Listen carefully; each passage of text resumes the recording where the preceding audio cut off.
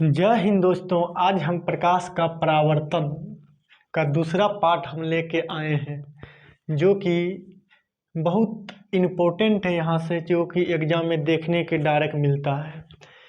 तो हम लोग स्टार्ट करते हैं।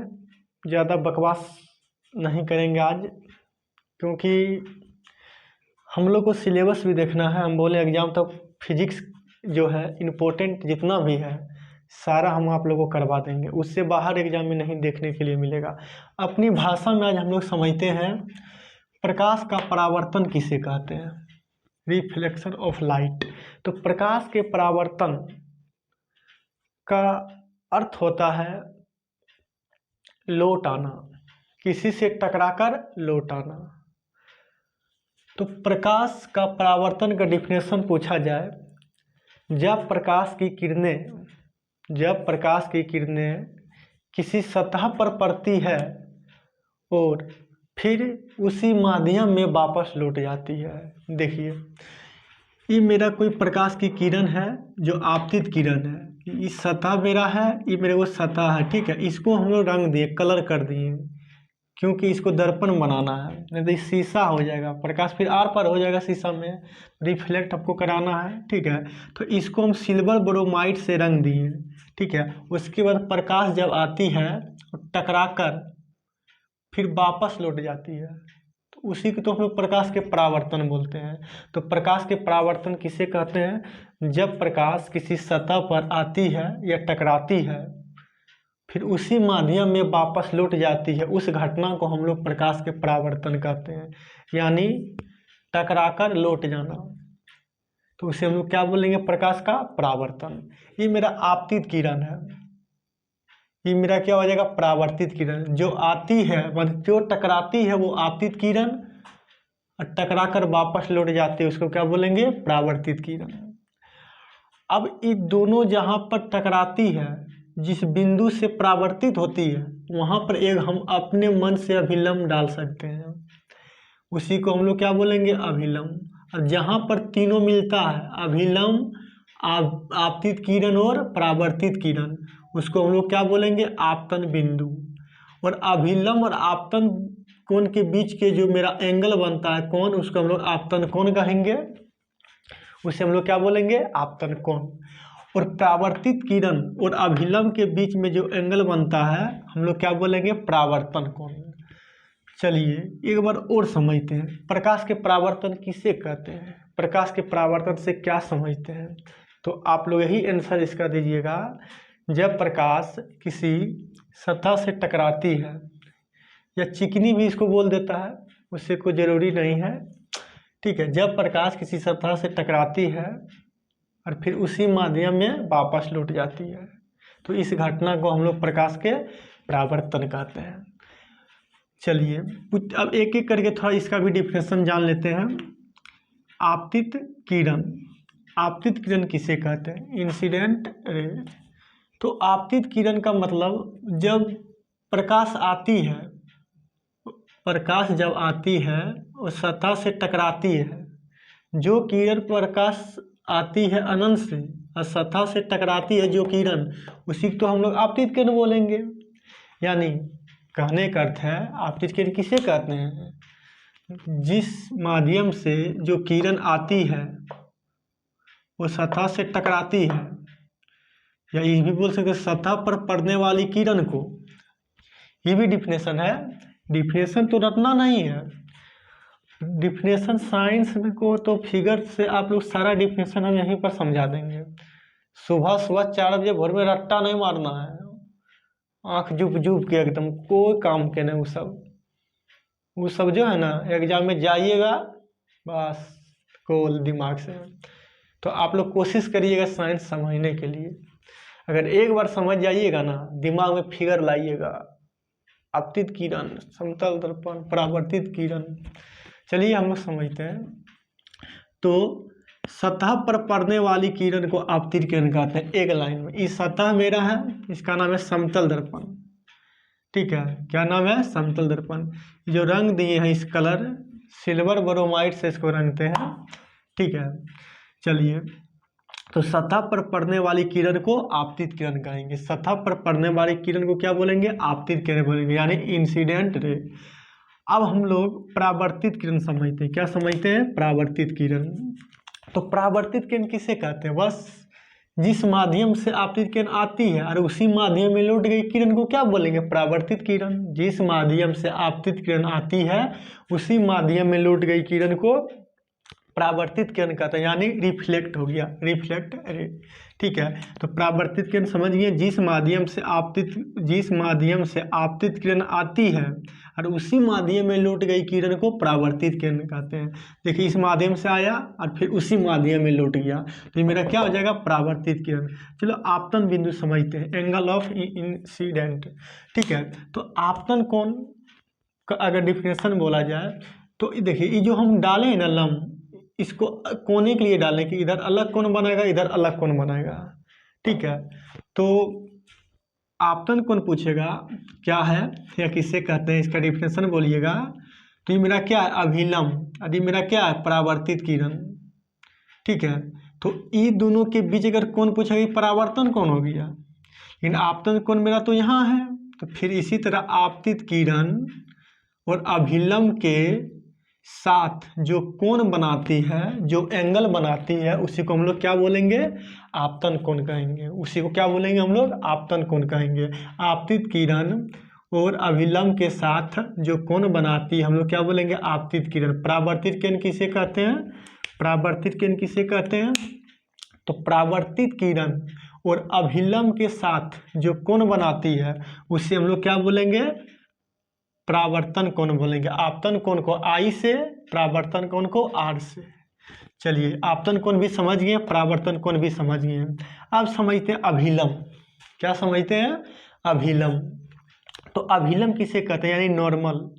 ठीक है, तो अभिलंब का मतलब ये बिंदु है, ये मेरा आपतित किरण है और ये मेरा परावर्तित किरण है। ये दोनों पर जहाँ मिलन हुआ है ना, दोनों को जहाँ मिलन हुआ उसी के सीधे में एक लाइन हम खींच देंगे तो ये मेरा क्या बन जाएगा? अभिलंब, यानी नॉर्मल बन जाएगा।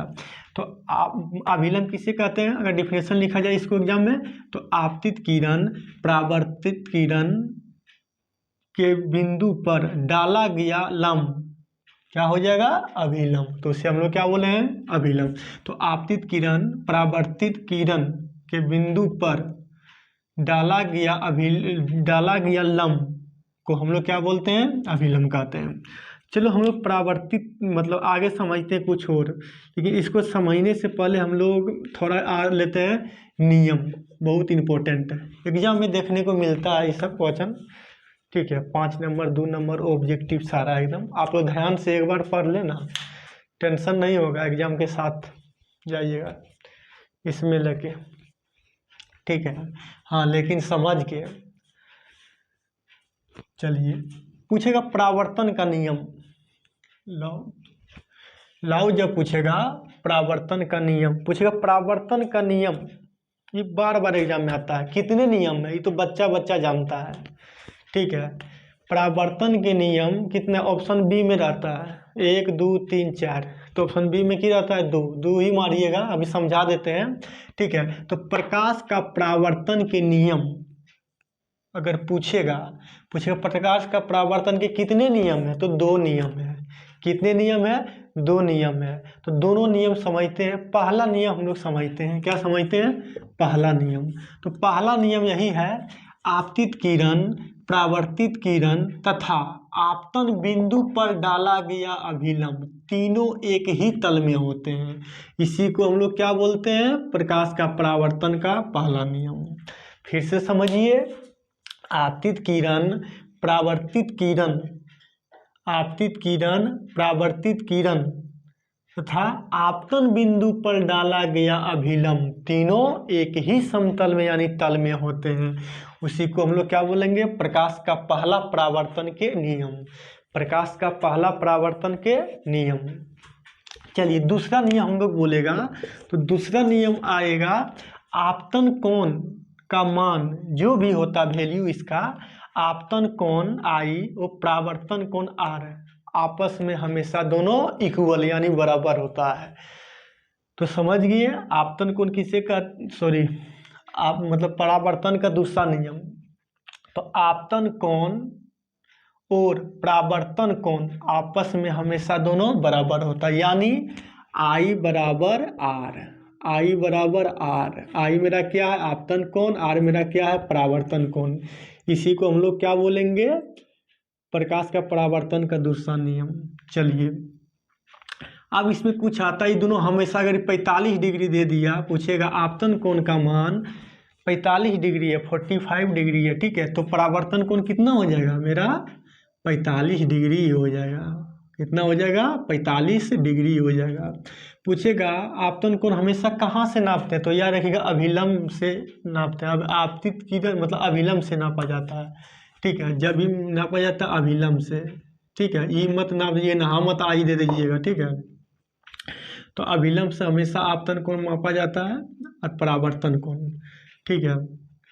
तो आप लोग समझ गए क्या? एक बार फिर से रिपीट कर देते हैं पूरे मिटा के अच्छे से। आप लोग स्क्रीनशॉट लेने चाहते हैं ले सकते हैं, हम साइड हो जाते हैं। चलिए हम फिर से एक बार समझ जाते हैं, ठीक है। इससे पहले थोड़ा एक प्रतिबिंब भी जान लो। क्या जान लेते हैं? प्रतिबिंब। प्रतिबिंब किसे कहते हैं? यानी इमेज। प्रतिबिंब यानी इमेज तो कुछ नहीं है, यहाँ पर एक दूसरे रेखा करती है ना, या वास्तविक रूप से या आभासी रूप से, ठीक है, जहाँ पर एक दूसरे रेखा करते, यानी इसका डिफिनेशन समझिए तब आप लोग को पता चलेगा। है कि आप लोग जो 10 क्लास में लड़का होता है ना, डिफिनेशन ज़्यादा रट लेता है, तो डिफिनेशन समझिए। जब प्रकाश किसी बिंदु से आती है, जब प्रकाश किसी बिंदु से आती है, परावर्तन के बाद यानी टकराएगा, ऑटोमेटिक है। परावर्तन के मतलब क्या हुआ? टकराना। तो परावर्तन के बाद, परावर्तन के बाद जिस बिंदु पर मिलती है, जिस बिंदु पर मिलती है या आती हुई प्रतीत होती है। आती हुई प्रतीत का मतलब हम लोग मिलाएंगे पीछे से डॉट डॉट डॉट करके, जैसे हम समझा रहे हैं अभी, ठीक है। पहले डिफिनेशन समझ गए। तो प्रतिबिंब किसे कहते हैं? जब प्रकाश किसी बिंदु स्रोत से आती है, आने के बाद दर्पण से परावर्तन होता है यानी टकराता है, तो परावर्तन के बाद जिस बिंदु पर मिलती है या जिस बिंदु पर आती हुई मालूम पड़ती है, उसे उस बिंदु का हम लोग क्या बोलते हैं? प्रतिबिंब बोलते हैं। प्रतिबिंब के प्रकार, टाइप्स ऑफ इमेज। तो प्रतिबिंब दो प्रकार का, वास्तविक यानी रियल, और दूसरा क्या हो गया? काल्पनिक। पहला वास्तविक, दूसरा काल्पनिक। वास्तविक प्रतिबिंब किसे कहते हैं? जो बिंदु वास्तव में मिलती है, जो बिंदु क्या होता है? वास्तव में मिलती है, उसे हम लोग वास्तविक प्रतिबिंब कहेंगे। क्या होता है? आती हुई प्रतीत होती है। चलिए फिर से समझिए, प्रतिबिंब किसे कहते हैं? किसी बिंदु स्रोत से। प्रतिबिंब किसे कहते हैं? किसी बिंदु स्रोत से जब प्रकाश आती है दर्पण से परावर्तन के बाद जिस बिंदु पर मिलती है, उसे क्या हम लोग बोलेंगे? पर उसे हम लोग क्या बोलेंगे? वास्तविक प्रतिबिंब। वास्तविक प्रतिबिंब हमेशा उल्टा होता है। वास्तविक प्रतिबिंब क्या होता है? हमेशा उल्टा होता है, और इसे पर्दे पर प्राप्त किया जा सकता है। पूछे किस प्रतिबिंब को पर्दे पर उतारा जा सकता है? किस प्रतिबिंब को पर्दे पर उतारा जा सकता है? तो वास्तविक प्रतिबिंब। कौन सा प्रतिबिंब? वास्तविक प्रतिबिंब। और काल्पनिक प्रतिबिंब को पर्दे पर नहीं उतारा जा सकता है। हमेशा याद रखिएगा, वास्तविक प्रतिबिंब जो होता है उल्टा होता है। वास्तविक प्रतिबिंब क्या होता है? उल्टा होता है। ये मेरा क्या है? वास्तविक प्रतिबिंब, याद रखिएगा। वास्तविक प्रतिबिंब हमेशा उल्टा होता है और काल्पनिक प्रतिबिंब हमेशा सीधा होता है। उल्टा यानी वास्तविक प्रतिबिंब जो उल्टा, तो इसे पर्दे पर उतारा जा सकता है, और पर्दे पर प्राप्त किसे नहीं किया जा सकता है? तो काल्पनिक प्रतिबिंब को पर्दे पर प्राप्त नहीं किया जा सकता है। चलिए अब हम लोग क्या करते हैं, एक बार फिर से इसको हम लोग मिटा के समझ जाते हैं। इसे फिर एक बार हम लोग क्या करेंगे, अच्छे से समझते हैं, उसके बाद फिर आगे कुछ देखेंगे। चलिए हम लोग क्या करना है, प्रकाश का परावर्तन, रिफ्लेक्शन ऑफ लाइट किसे कहते हैं? तब बोले ना, कोई सतह ले लिए, इसको हम लोग क्या करेंगे? कलर कर देंगे यानी रंग देंगे। इसे हम लोग क्या करेंगे? रंग देंगे। और कौन सा? सिल्वर ब्रोमाइड से। ये कोई किरण आ रहा, आपतित किरण इसको बोलेंगे, टकराया लौट गया, इसको क्या बोलेंगे, परावर्तित किरण। ये दोनों जो बिंदु मिला है यहाँ पर एगो अपने मन से लाइन खींच देंगे, ये मेरा अभिलंब हो जाएगा। और इसको हम लोग कौन सा कोण बोलेंगे, आपतन कोण। और इसको कौन सा कोण बोलेंगे, परावर्तन कोण। आपतन कोण किसे कहते हैं, आपतित किरण और अभिलंब के बना बीच कोण आपतन कोण, और वो अभिलंब और वो परावर्तित किरण के बना कोण परावर्तन कोण। ये मेरा आपतन बिंदु हो गया, ये मेरा आपतित किरण, ये मेरा क्या हो जाएगा, परावर्तित किरण, अभिलंब, ये मेरा समतल सतह। तो ये सब समझ गए। इसका कितना नियम है, 2 नियम है। कितना नियम है, 2 नियम है।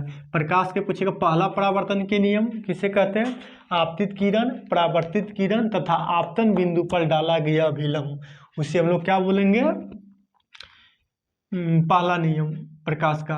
और दूसरा नियम बोलेगा तो आपतित किरण, परावर्तित किरण, सॉरी, यानी आपतन कोण परावर्तन कोण के बीच, आपतन कोण परावर्तन कोण आपस में क्या होता है, बराबर होता है, उसे हम लोग क्या बोलेंगे, प्रकाश का परावर्तन। उसे हम लोग क्या बोलेंगे, प्रकाश का परावर्तन। तो हम लोग इतना समझ गए। चलिए आज हम इतना ही रहने देते हैं। हम लोग नेक्स्ट वीडियो में फिर मिलते हैं दर्पण के साथ। गोलीय दर्पण पढ़ेंगे। तब तक जय हिंद, जय भारत। आप लोग मन से पढ़ें, एग्जाम की तैयारी करें। 2 महीना एग्जाम आप लोग को बचा हुआ है।